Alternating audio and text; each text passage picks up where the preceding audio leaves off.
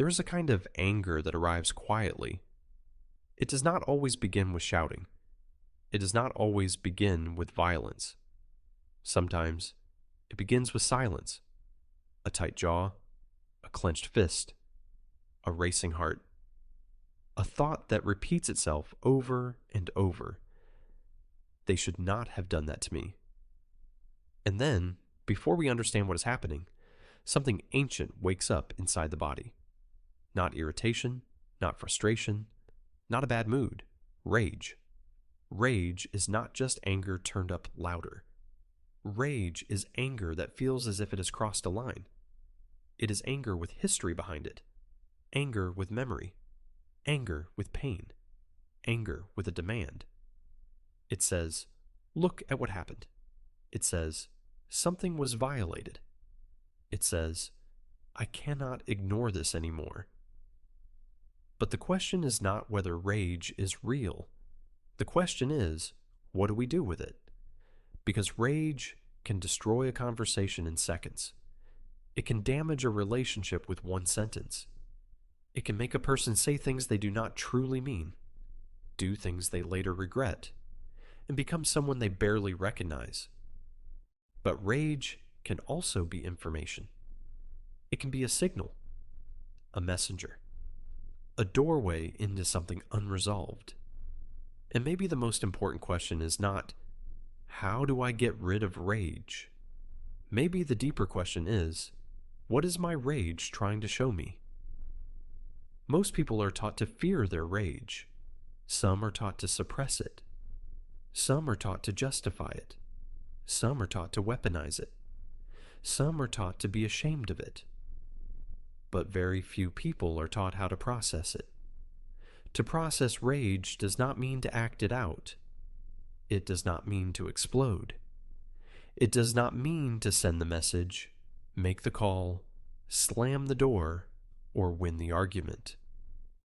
But it also does not mean pretending nothing happened. Processing rage means learning how to stay present with one of the most powerful emotional forces the human body can produce, without letting that force take control of your life. It means learning how to listen without obeying. Because rage is loud. And when rage speaks, it rarely whispers. It comes with certainty. It comes with urgency. It comes with a story. They disrespected me. They used me. They ignored me. They abandoned me. They humiliated me. They crossed the line. And sometimes the story is true. But even when the story is true, rage does not always know what to do next. Rage knows how to protect.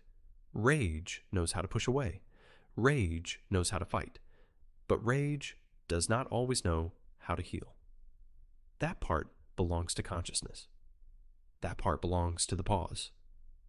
The pause is where processing begins, not because the rage disappears, not because the body suddenly becomes calm, but because, for 1 second, you stop being completely possessed by the emotion. In that second, something changes. You are no longer only the rage. You are the person noticing the rage, and that difference is everything. Imagine rage as a fire. A fire can burn a house down, but a fire can also warm a room. It can cook food, it can signal danger, it can keep someone alive in the cold. The problem is not that fire exists. The problem is when fire has no container. Unprocessed rage is fire without a fireplace. It spreads. It consumes. It jumps from the person who hurt us to the people who love us. It turns one wound into many. That is why processing rage begins with containment. Containment does not mean denial. It means creating enough space between the feeling and the action so the feeling can be understood before it becomes behavior. And that is where the real work begins. The first step is physical. Before rage is a speech, it is a body event.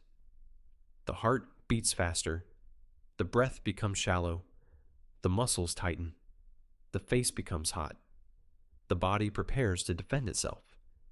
In that moment, the body is not asking for philosophy, it is asking for safety. So the first question is simple: am I safe right now? And is everyone around me safe right now? If the answer is no, the priority is not explanation. It is distance. Step away. Put the phone down. Leave the room if you need to. Do not keep arguing just because the conversation has not reached a conclusion.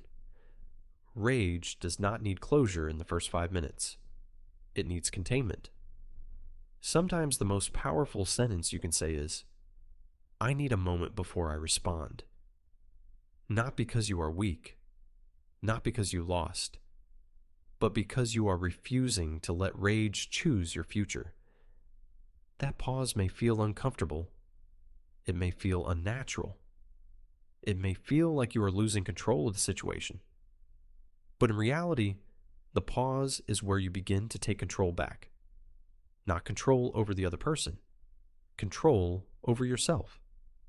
And that is the only control that truly belongs to you.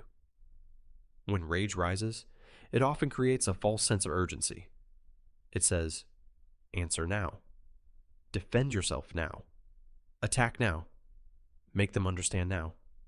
Do something now. But not every emotion requires immediate action.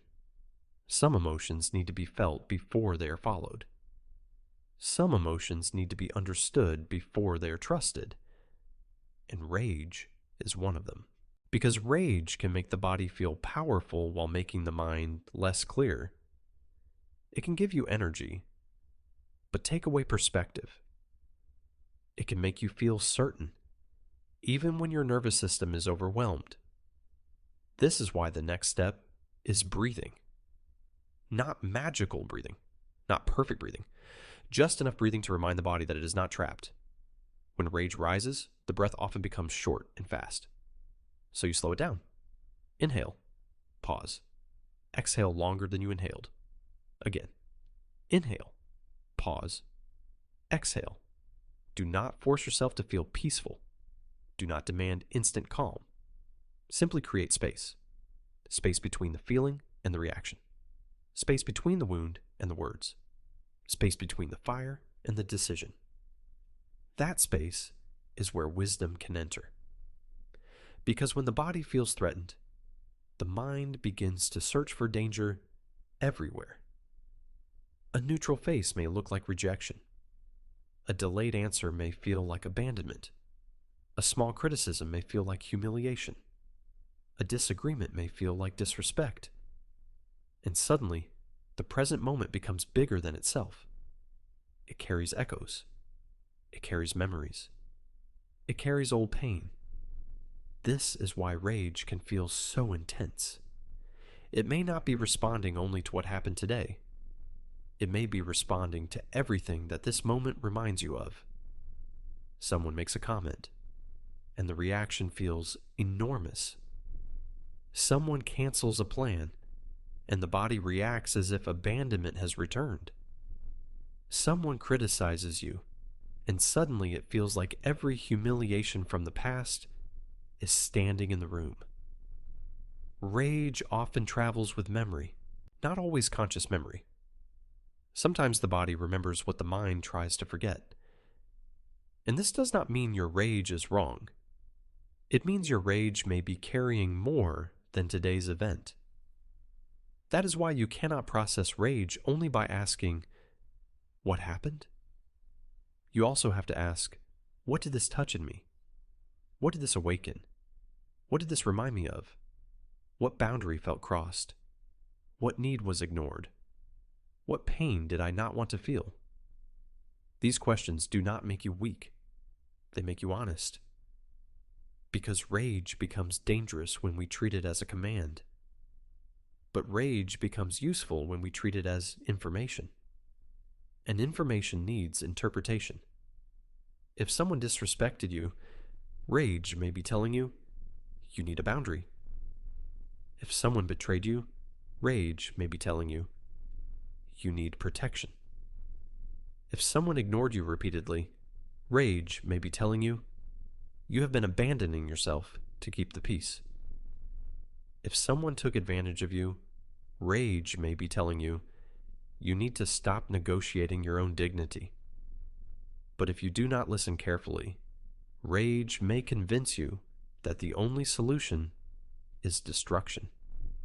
Destroy the relationship, destroy the conversation, destroy the reputation, destroy the person who hurt you, destroy yourself from the inside. That is not processing. That is rage looking for somewhere to go. Processing means giving rage a language that is not violence. And that language begins with naming.